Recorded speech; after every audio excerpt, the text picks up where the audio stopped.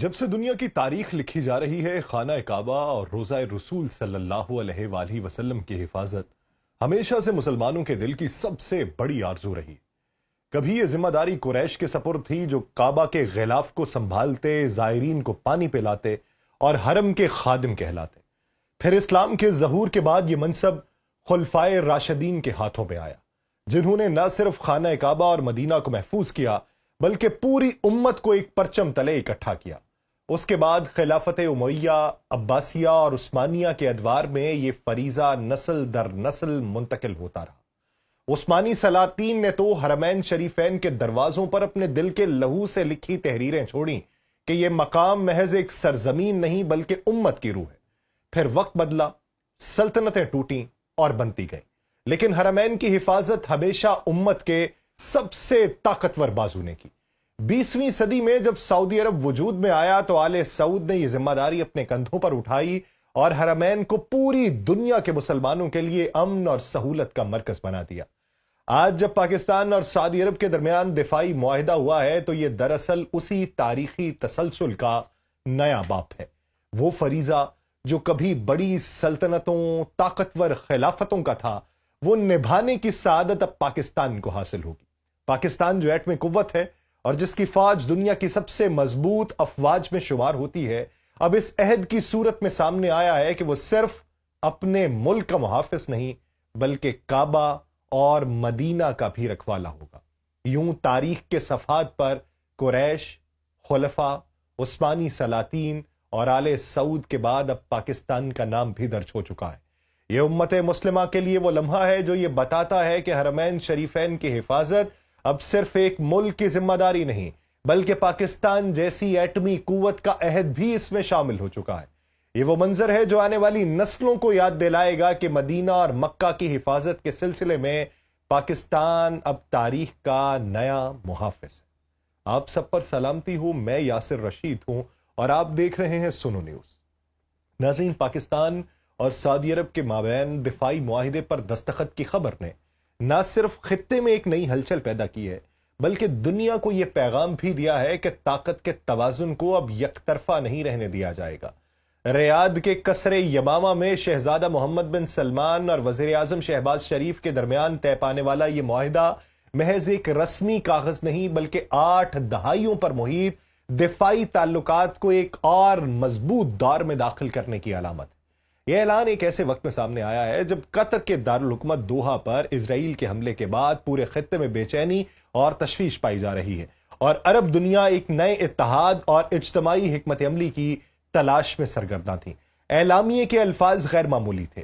ایک ملک کے خلاف جارحیت کو دونوں کے خلاف جارحیت تصور کیا جائے گا۔ یہ جملہ گویا ایک واضح انتباہ ہے کہ اب پاکستان اور سعودی عرب اپنی سلامتی کو ایک دوسرے سے جڑا ہوا سمجھتے ہیں۔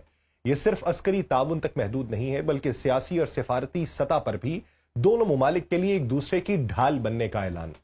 سعودی وزیر دفاع خالد بن سلمان کا بیان کہ سعودیہ اور پاکستان جارے کے مقابلے ایک ہی صف میں، یعنی دشمن کے مقابلے میں ایک ہی صف میں ہمیشہ اور ابد تک، اس اتحاد کی شدت اور گہرائی کو یہ جملہ نمایاں کرتا ہے۔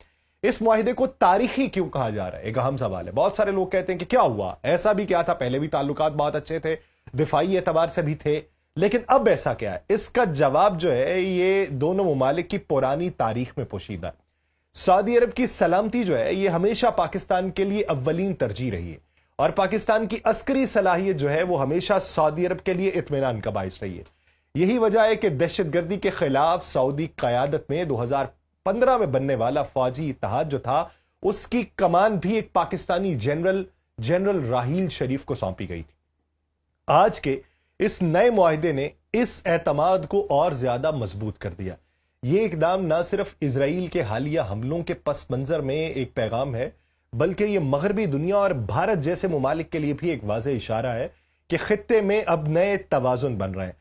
پاکستان اور سعودی عرب کا یہ اعلان دنیا کو یہ باور کروا رہا ہے کہ طاقتور بلاک صرف مغرب میں نہیں ہے بلکہ مشرق میں بھی جنم لے سکتے ہیں اور یہ اتحاد کسی بھی جارے قوت کے لیے ایک بڑا چیلنج ثابت ہو سکتا ہے۔ پاکستان اور سعودی عرب کے مابین ہونے والے اس دفاعی معاہدے نے جہاں خطے کی سیاسی بساط پہ ہلچل مچا دی ہے، وہیں سب سے زیادہ پریشانی بھارت کے ایوانوں میں دکھائی دے رہی ہے۔ دلی یہ جانتا ہے کہ یہ معاہدہ محض ایک رسمی کاغذ نہیں ہے، بلکہ دو ایسے ممالک کی طاقت کا امتزاج ہے جو ایک دوسرے کے لیے ڈھال بننے پر آمادہ ہو چکے ہیں۔ یہی وجہ ہے کہ بھارتی وزارت خارجہ کے ترجمان رندھیر جسوال نے محتاط مگر تشویش بھرے انداز میں کہا کہ ہم اس اہم پیش رفت کے اپنے قومی سلامتی کے ساتھ ساتھ علاقائی اور عالمی استحکام کو مد نظر رکھتے ہوئے اس کے ممکنہ اثرات پہ توجہ مرکوز کیے ہوئے۔ یہ دراصل وہی سفارتی جملہ ہے جس کے پیچھے اصل خوف چھپا ہوتا ہے، خوف اس بات کا کہ اسلام آباد اور ریاض کے ہاتھ میں لانے سے نئی طاقت کا ظہور ہو رہا ہے۔ بہت سارے جو جیو پولیٹیکل ایکسپرٹس ہیں وہ اس معاہدے کو گیم چینجر قرار دے رہے ہیں۔ پاکستانی صحافیوں کو اگر دیکھیں تو ان کے بھی مطابق یہ کثیر وسائل اور مضبوط فوجی صلاحیت کی یکجا ہونا جیسے اور اس سے زیادہ بروقت اور اسٹریٹجک کچھ ہو ہی نہیں سکتا۔ سابق اگر وزرائے خارجہ کو دیکھیں تو ان کے بھی یہی بیانات ہیں کہ ایک قدم آگے بڑھ کر اسے مغرب کے لیے زوردار جھٹکا قرار دیا جا رہا ہے، کیونکہ اسرائیلی جارحیت اور امریکی غداری کے بعد دو مسلم ممالک کا یہ اتحاد اس خطے کے لیے نیا توازن متعین کرے گا اور مغربی اثر و رسوخ کو عرب دنیا میں مزید کمزور کر دے گا۔ دوسری طرف اگر آپ بھارتی صحافی دیکھیں یا بھارت کے سوشل میڈیا دیکھیں، وہ کھلے عام یہ اعتراف کرنے پر مجبور ہو چکے ہیں کہ یہ معاہدہ خطے میں طاقت کے توازن کو یکسر بدل دے گا۔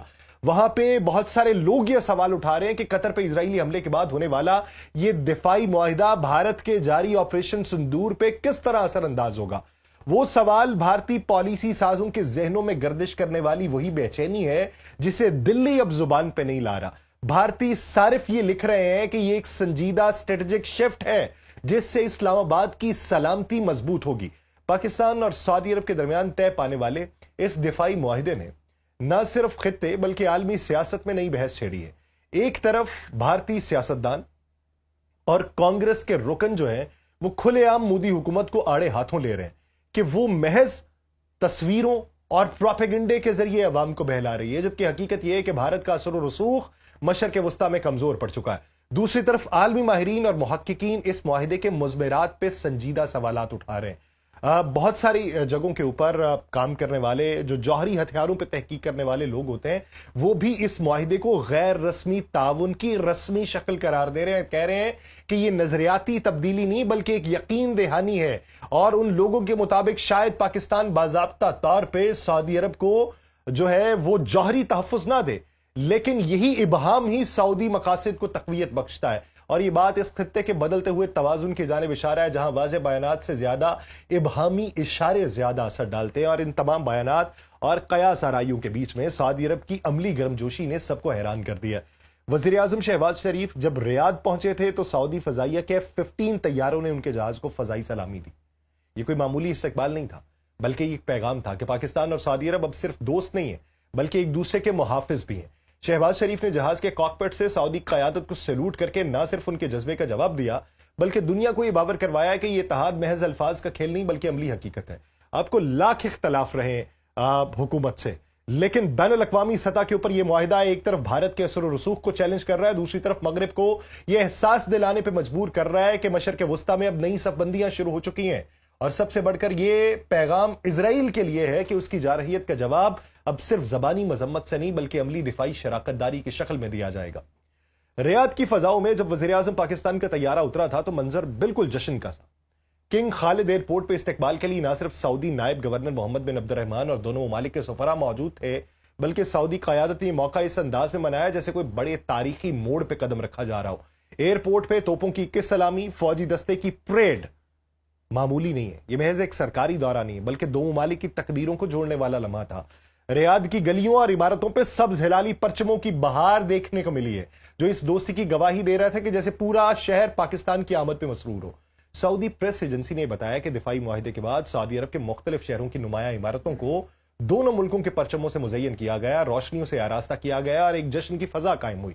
پاکستان نے بھی اس تاریخی موقع کو بھرپور انداز میں منایا۔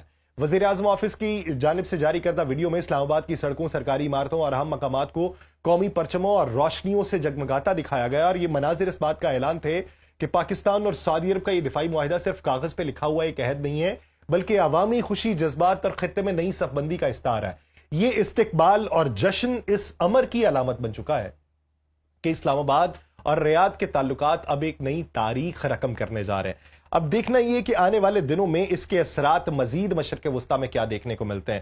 ایک طرف بات یہ تھی کہ نیٹو کے مقابلے میں ایک ایسا اسلامی اتحاد بنایا جائے جو نیٹو ورسز اسلامی اتحاد ہو، کہ کسی بھی اسلامی ملک کے اوپر حملہ جو ہے وہ اس اسلامی اتحاد یا اس کے تمام ممالک پہ حملہ تصور کیا جائے گا، اور اس کے دفاع میں وہ تمام اتحاد کی افواج جو ہیں وہ مد مقابل ہوں گی اور سینہ سپر ہوں گی۔ اب جہاں پہ سعودی عرب جو خطے میں سب سے زیادہ طاقتور عرب ممالک میں شمار کیا جاتا ہے، اگر وہ پاکستان کو اس طریقے سے اہمیت دے رہا ہے، تو پھر دوسرے مشرق وسطیٰ کے عرب ممالک جو ہیں، جس میں قطر موجود ہے، جس میں یو اے ای موجود ہے، جس میں اور دیگر ممالک ہیں، عمان کی اگر بات لے لیں، تو کیا یہ ممالک بھی اس صف میں، اس سمت میں کھڑے ہوں گے؟ کیونکہ پاکستان جغرافیائی اعتبار سے اور دفاعی اعتبار سے آپریشن بنیان المرصوص کے بعد اپنی ایک ایسی پوزیشن قائم کر چکا ہے جس کے نتائج جو ہیں وہ برس ہا برس دیکھنے کو ملیں گے۔ ابھی تو اس کا آغاز ہے، دیکھیے کہ یہ اختتام تک جاتے جاتے اس میں کتنی پیش رفت مزید ہوتی ہے۔ مجھے دیجیے اجازت، اللہ نے کے بعد۔